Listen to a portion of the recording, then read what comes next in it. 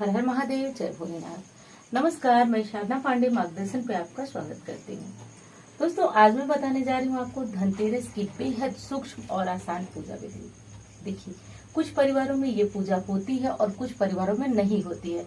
सामान्यतः जो धनतेरस का सामान होता है वो लाकर रख दिया जाता है परिवारों में, लेकिन पूजा नहीं होती है।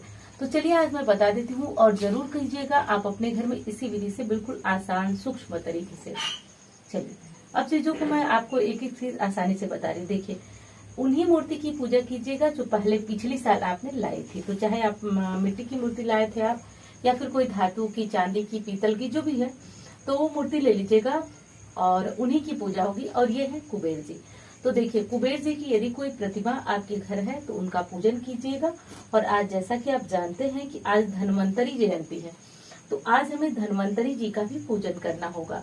तो देखिए, ये पान का पत्ता ले लीजिएगा और इस तरह से, ये जो कसैली बोलते हैं इसको, सुपारी बोलते हैं, इस पे आप मौली धागा लपेट करके और इनको बना लेंगे हम धन्वंतरी जी। बस ठीक उसी तरह जैसे हम हर पूजा में गणेश जी बुलाते हैं, बनाते। तो सर्वप्रथम चलिए हम भगवान को स्थान दे देते हैं, यानी कि माता लक्ष्मी और श्री गणेश जी को स्थान दे देते हैं। जैसा कि आप देखिए, कुबेर जी को मैंने चावल रख करके और उनको स्थान दे दिया है। तो यहाँ पे हम माता लक्ष्मी को विराजमान करेंगे और यहाँ पे श्री गणेश जी को। तो देखिए, यहाँ हम माँ लक्ष्मी को रख देंगे। बार बार बता रही हूँ, इस चीज का ध्यान रहे कि मूर्ति की जो आज आप लाए हैं, यानी कि धनतेरस पे लाए हैं, उसकी पूजा नहीं करेंगे आप। जो पहले पिछली दिवाली में आपने मूर्ति लाई थी, आज के दिन पूजा उन्हीं की होगी, तो उन्हीं को आप रखिएगा। चलिए, अब ये तो हो गया, ये हो गए कुबेर जी, ये लक्ष्मी जी, ये गणेश जी। अब यहाँ आप देखिए, ये है धन्वंतरी जी। तो धन्वंतरी जी का प्रतीकात्मक स्वरूप इस तरह से हम बनाएंगे और अब करेंगे इनका आवाहन। लेकिन उससे पहले हमने सभी देवता को यहाँ पे रख लिया, उनकी प्रतिमा, फोटो, मूर्ति। उससे पूर्व जो है हम कलश स्थापना करेंगे, क्योंकि पूजा ही पूर्ण नहीं होती है जब तक हम कलश नहीं रखते हैं। तो आप चाहें तो चावल से या फिर फूलों से, जैसे भी आपको लगे, तो इस तरह से थोड़ा सा मतलब रंगोली टाइप का बना लीजिए, ओम बनाइए, स्वास्तिक बनाइए, कुछ भी बनाइए। और कलश में गंगा जल और जल भर करके पहले से रखिए। कलश में क्या डालेंगे वो मैं आपको बता रही हूँ। तो दोस्तों, ये देख सकते हैं, सुपारी और सिक्का ये कलश में हम डाल देंगे। और हल्दी चाहिए तो हल्दी, यदि गांठ वाली है तो ठीक है, नहीं तो पाउडर्ड हल्दी भी आप डाल सकते हैं। और ये पंच पल्लव आम के या फिर अशोक के, इन्हें इसमें डाल दीजिए।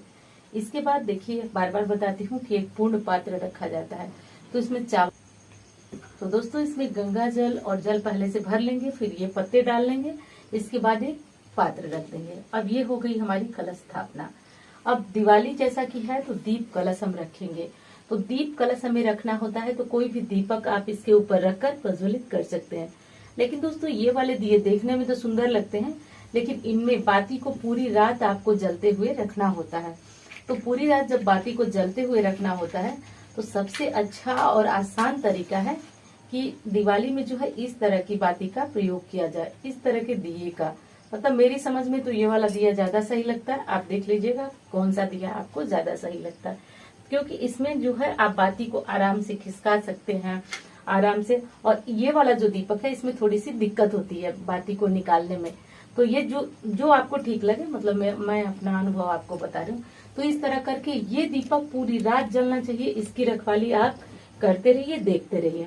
और हाँ, 5 दीपक ध्यान से देख लीजिए, ये 5 दीपक आप इस तरह के जो कलर वाले हैं या फिर इस तरह के दीपक, देखिए आज धनतेरस नहीं है तो मैं आपको दिखा रही हूँ। 5 दीपक या फिर कहीं कहीं पे 13 दीपक जलाए जाते हैं। तो यहाँ पे जो है वो 13 दीपक आप जला करके वो रख लीजिएगा, इस चीज का ध्यान रखिएगा। चलिए, तो मैं जल्दी से आपको पूजा विधि बता देती हूँ। तो देखिए, हमने स्थापना वगैरह सब कर लिया। अब उसके बाद दोस्तों हम करेंगे आवाहन। देखिए, ध्यान दीजिए, ये चीजें लेकर के हाथ में, और हम बुलाएंगे देवता को। सबसे पहले जो है वो देवता को बुलाने से पहले खुद का संकल्प कीजिए। खुद का संकल्प आप कैसे करेंगे, तो ये ले करके और अपना नाम बोलेंगे, स्थान बोलेंगे, गोत्र बोलेंगे। बोलकर आंखें बंद कर ये प्रार्थना कीजिए कि आप धनतेरस की पूजा करने जा रहे हैं। तो क्यों करने जा रहे हैं, तो सभी जानते हैं कि सुख समृद्धि के लिए, माँ लक्ष्मी के आगमन के लिए और धन्वंतरी जी देवताओं के वैद्य थे, तो इनकी पूजा करने से रोग बीमारियों से मुक्ति मिलती है। तो सब बोल करके आप आंखें बंद कर ये चीजें यहीं छोड़ देंगे। अब हम देवताओं का आवाहन करेंगे। देखिए बहुत सारे लोग आपको पूजा विधि बताते हैं, मेन चीज छोड़ देते हैं। आप जब भगवान को बुलाएंगे नहीं विशेष तिथि विशेष पूजन के लिए, तो आपकी पूजा अधूरी मानी जाती है। तो हाथ में ये चीजें लेकर के और माँ लक्ष्मी जी, गणेश जी, कुबेर जी, धन्वंतरी जी का आवाहन करेंगे। सबको अलग अलग भी कर सकते हैं, चूंकि वीडियो है और लंबी हो जाएगी इसलिए मैं आपको बता रहा हूँ। तो इस तरह आंखें बंद कर खूब अच्छी तरह से ध्यान कीजिए, बहुत ज्यादा जरूरी है। तो ऐसा बोल करके और अब हम ये चीजें छोड़ देंगे। अब चलिए हमारी शुरू हो जाती है पूजा। तो सर्वप्रथम जो है गणेश जी को हम ऐसे छींटा लगा के स्नान कराएंगे।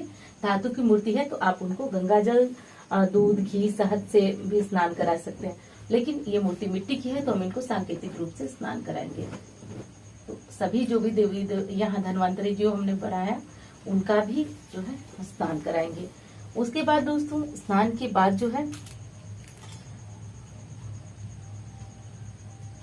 हम जो है वो सभी देवी देवताओं को तिलक करेंगे, धूप, दीप, चंदन, अक्षत जो भी है तो वो चीजें आप जो है भगवान को समर्पित कीजिए, यानी कि लक्ष्मी जी, गणेश जी और धन्वंतरी जी को समर्पित कीजिए। कलश पे जो कि स्वास्तिक पहले ही बना लेना चाहिए, लेकिन मैं थोड़ा सा बताने में आपको भूल गई। तो ये कलश जब आप रखिएगा तो ही आप स्वास्तिक इसको पहले ही बना लीजिएगा।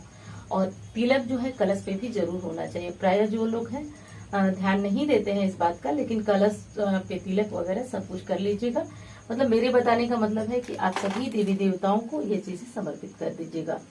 हल्दी जरूर जो है समर्पित की जाती है। धनतेरस की पूजा विशेष होती है और ये वैद्य धन्वंतरी को मतलब हल्दी भी एक तरह से औषधि का काम करती है, तो ये जरूर समर्पित किया जाता है, इससे रोगों से मुक्ति रहती है।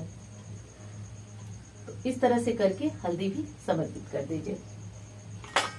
उसके बाद अक्षत जो है भगवान को समर्पित करेंगे।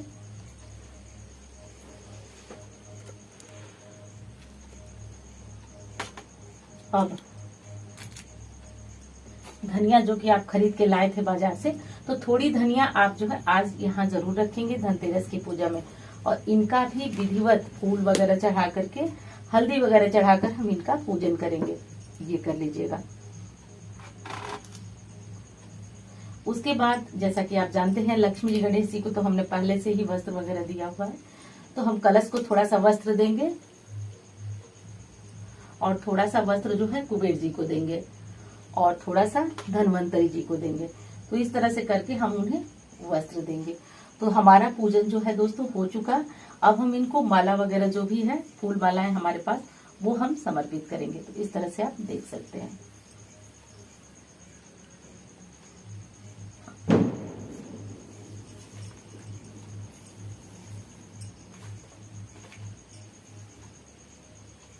मूर्तियां काफी छोटी हैं तो आपको शायद आराम से दिख रहा होगा, नहीं दिख रहा होगा। तो इस तरह से करके दोस्तों आप अपनी पूजा, धनतेरस की पूजा को पूर्ण कर सकते हैं। तो देखिए अब ये चीजें हो गई। आप देखिए गणेश जी, लक्ष्मी जी, कुबेर जी और ये है धन्वंतरी जी। और धनी का पूजन आज जरूर कर लीजिएगा, जरूर से कर लीजिएगा, बहुत ज्यादा जरूरी है।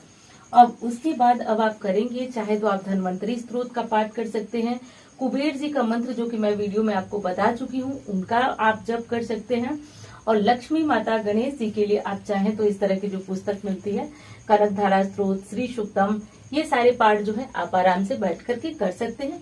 उसके बाद आज के दिन गणेश जी की, लक्ष्मी जी की आरती होती है, कुबेर जी की आरती होती है, कुबेर चालीसा पढ़ा जाता है, धन्वंतरी जी की आरती। तो आप चाहे तो बारी बारी से कर सकते हैं या फिर सिर्फ लक्ष्मी जी, गणेश जी की आरती करके प्रणाम करके उठ सकते हैं। अब बता दूं आपको, यदि आप झाड़ू लाए हैं तो झाड़ू आप साइड में रख दीजिए, क्योंकि हमारे यहाँ ऐसा पूजन वगैरह का कोई विधान है नहीं, तो झाड़ू साइड में रख दीजिएगा। और मौली धागा, ध्यान दीजिए, मौली धागा थोड़ा सा झाड़ू में बांध दीजिएगा, बांध करके, और आपकी पूजा पाठ जो है वो हो चुकी है धनतेरस की। बस आप भगवान का नाम लीजिए। एक चीज और बता दूं आपको, देखिए धनतेरस में 13 दिए जलाने का विधान है। तो 13 दिए यदि आपके यहाँ जलता है तो बहुत अच्छी बात है। आप 13 दिए को इस तरह थाली में सजा करके, दिए का पूजन होता है हल्दी, और ये है कुमकुम और ये है चावल। तो इससे पूजन कर लीजिएगा। और 13 दिए आज जलाया नहीं जाता है, क्योंकि धनतेरस के अलावा 13 दिए नहीं जलाए जाते, और आज धनतेरस नहीं है, इसलिए मैं जलाकर आपको नहीं बता रही हूँ। तो देख लीजिएगा, पूजा के बाद 13 दिए जला दीजिएगा। और चलिए दोस्तों, अब वीडियो आपको अच्छी लगती है तो लाइक करें और चैनल को सब्सक्राइब कर दीजिएगा। और क्या चीजें आपको समझ में आ रही हैं, क्या नहीं आ रही हैं, तो इसके बारे में भी आप मुझसे चर्चा कर सकते हैं। तो दोस्तों, मैंने पूरा प्रयास किया, पूरी कोशिश की, पूरी मेहनत की सारी चीजें आपको समझाने की। तो इसमें जो विशेष होता है वो बता देती हूँ। कलश स्थापना विशेष होती है।